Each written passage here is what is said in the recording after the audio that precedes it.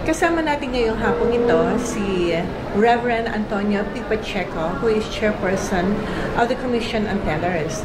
Incidentally po, si Reverend Pacheco ay District Superintendent po ng Central Luzon Philippines Annual Conference. DS, in a few words po, can you give us an idea kung ano ba talaga ang ginagawa ng Commission on Tellers? Ang ginagawa po ng Committee on Tellers ay mag-canvass ng ballots ng mga delegado para sa pagpili po ng pag-elect po ng mga bishop natin.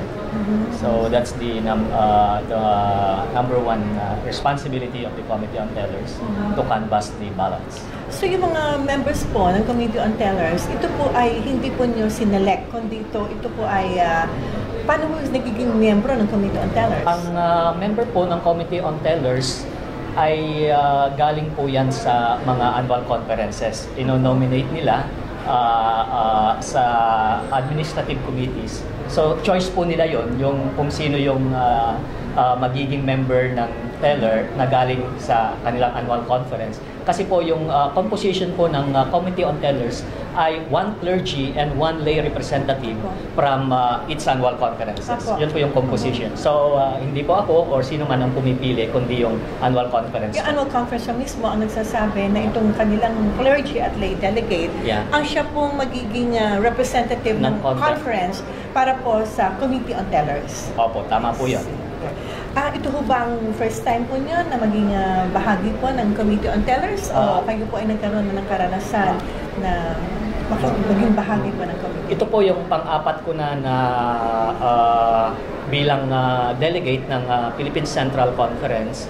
At sa nakalipas po na tatlo, including this present session, ito na po yung pangatlo kong beses na maging member ng Committee on Tellers po. So, para maging chairperson po, it is advisable na kinakailangan magkaroon ka na at least ng experience na maging member ng Committee on Tellers. Tama po yun dapat, pero hindi naman rule po yun na dapat ay veterano ka. Kundi po yung pagpili ng chairman ay pagbobotohan din yan among the delegates of the members of the Committee on Tellers po. So, sila po ang pipili, yung mga members, kung sino ang pipiliin nila na chairperson. Ano ho kaya ang pwede natin gawin upang mas mabilis po yung pag-cast ng ballots at mas mabilis din po yung pagbilang ng mga boto?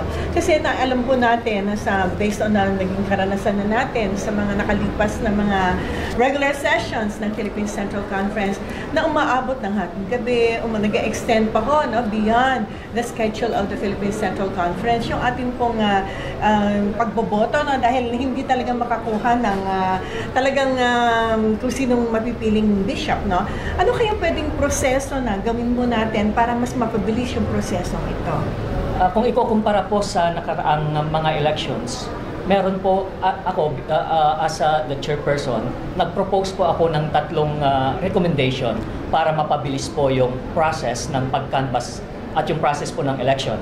Una po, yung pagboto po ng mga tellers, isasabay na po sa pagboto ng mga delegado. Kasi dati po, nahuhuli silang nagbibilang, na bumoboto. So, maboboto muna yung delegado, tapos pagkatapos na ma-drop nila yung mga ballots ng mga delegado, kukuha sila ng ballot, ng mga ballots nila, at doon pa lang sila boboto. Pero ngayon po, sasabay na po sila. So, iyon po yung isa. Pangalawa po, yung mga balota po, dati po yan ay binibilang pa bago iabot sa mga tellers na yung ibibigay nila sa mga delegates. Ngayon po ay pre-numbered at pre-arranged na po yon. Actually, nasa rules po yon, kaya lang hindi ginagawa sa nakalipas. Pero yun po yung aking in-insist na dapat pre-numbered at pre-arranged na po per annual conference. Yung una po kanina medyo na miscommunication kasi hindi po nakahanda. Pero for the second and the rest of the balloting, ganun na po. So mapapabilis po yung ating isa pa po yan na pangpabilis sa proseso po ng election. Pangatlo po at huli, in-increase po natin yung subcommittee on tellers, yung mga subcommittee on canvassers. Dati po, in my recollection, mga 6 lang, 8. Ngayon, ginawa nating 12. 6 sa clergy at 6 po sa lay. So, para ibig kong sabihin yan, sabi ko nga kanina na sa session na dati kung 4 lang or 6 yung nagbibilang, parang 80 ballots ang bibilangin nila. Pero dinagdagan pa natin ng, hanggang maging 12 subcommittee on canvassers para sa ganun po yung bibilangan nila ay at least 40 ballots per committee kasi mga 480 to 490 ballots po yung kinakanvas. So yun po yung tatlo na ating inirekomenda at ito naman ay naipatupad at siguro in my estimate makakatipid tayo ng mga 1 hour and reballoting with this with this new changes to expedite the process of conducting the election and canvassing of votes. At aware po kayo na meron po tayong mga followers na we were on live stream. Ano po? Opo. So, napansin po namin na like nag-break po tayo. Meron po tayong mga followers na humihingi agad ng update. No? And hindi nila yata na-realize na we were on break. No? Yes, po. And we expect that these same followers would also want the results of the ballots as soon as possible in real time. Kung as soon as possible na nakikita po dito ng mga delegado yung number of ballots cast, yung results po, ay ganoon din po yung ating mga followers sa live stream. How can we give in to this particular demand na at the same time na nakikita na po natin ng results dito po sa mismo sa Bayambang UMC, ay makita din po ng mga followers ng live stream natin ito. So, ang mangyayari po niyan kasi, ang official po na maglalabas ng resulta ng balloting ay yung presiding bishop. Kahit ako po, I am not authorized to leak or to give or to announce or to text or whatsoever means na ilabas yung resulta ng election. Ang trabaho ko lang po ay isa-summarize ko lahat yung resulta, tapos mag-preprint ko ako ng 4 copies niyan at yung isang copy niyan ay ibibigay ko sa presiding officer at i-announce niya yung result. And after that, kung meron po tayong LCD, ay pwede na pong i-plus. Pero hanggat hindi po ina-announce yung resulta ng presiding officer, wala munang leakage. So pagkatapos po nun, yung extra copies po, doon ko na po ibibigay sa secretariat.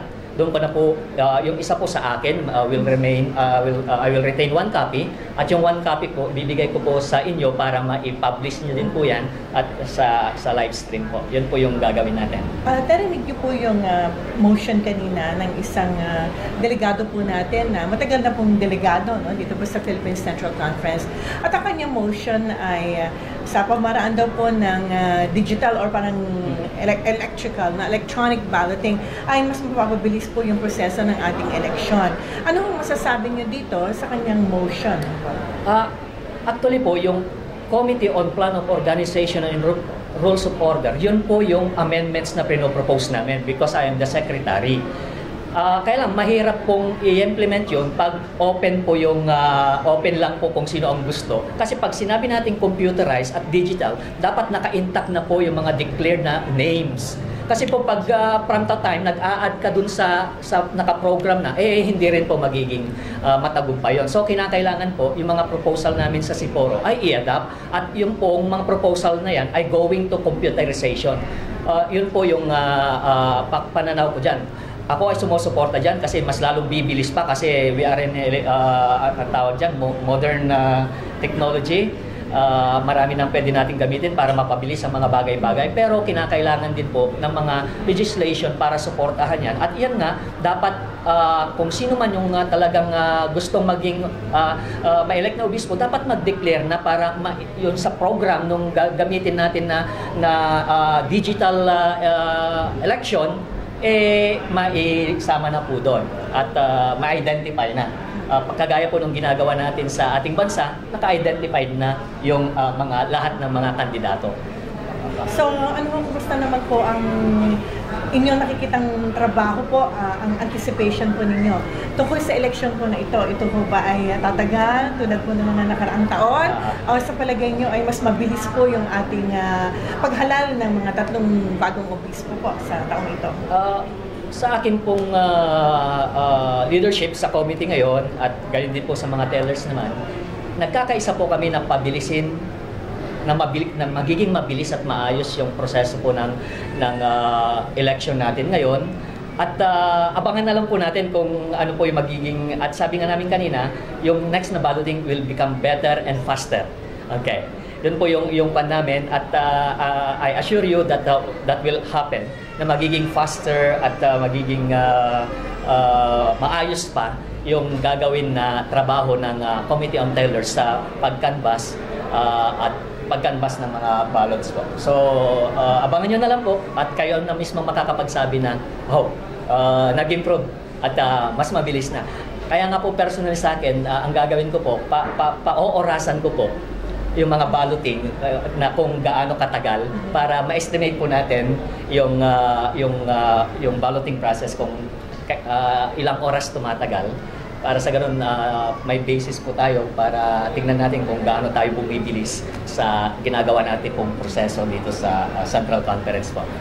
Maraming salamat po, DS Pacheco. Walang anuman po, Thank you po. at God bless you po. God bless you. Maraming salamat po sa magandang opportunity na bahagi ng inyong responsibility din, na nakakatulong din para sa pag-inform sa ating mga cafe sa mga bagay na nangyayari dito po sa ating Central Conference, na kung saan ito yung highest lawmaking body ng ating iglesia dito sa Pilipinas. Maraming salamat po. Peace be with you po. Peace be with you. God bless po. Salamat po.